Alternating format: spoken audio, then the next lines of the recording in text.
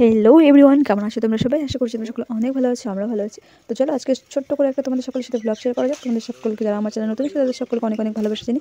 আজকে ব্লগটা শুরু করে দিলাম। তো এই যে দেখো, পুরো একদম লালা লা লালা গানের স্টাইলে একদম হিরোর মতো করে আমার ডেলিভারি বয় দাদা লুক দিচ্ছে। তো একটু লজ্জাও পেয়ে গেছে, পিছনে ঘুরে হাসছে, যদিও আমি বুঝতে পারছিলাম। তো ডেলিভারি আজকে একটা অর্ডার আছে আমাদের পার্সেলে, তো তাই ভাবলাম যে চলো তোমাদের সাথে শেয়ার করা যাক। কারণ এখন যে স্ক্যাম হচ্ছে সব কিছুতে প্রতারণা আর মানে অনলাইনের ক্ষেত্রে অতটা বিশ্বাস করা যায় না, যেহেতু আমাদের এদিকে গ্রামের সাইডে কেউ সেরকম ফোন অনলাইনে অর্ডার করে না।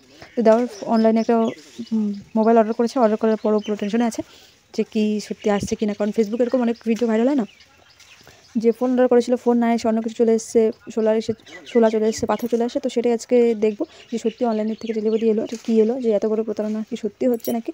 তো প্রতারণা তো হতেই পারে। চলো তোমাদের সবার সাথে আজকে শেয়ার করছি যে কী আসলো আজকে পার্সেলটাতে। আসতে বলছে কী করতেছে,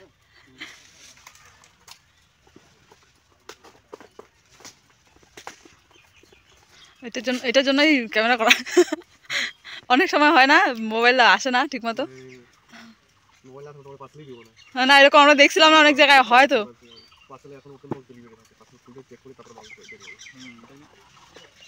আরো অনেক অনেক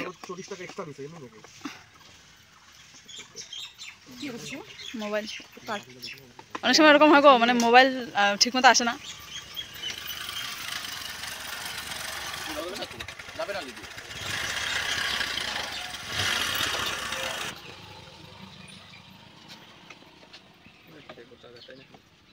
কাভার থাকে না না,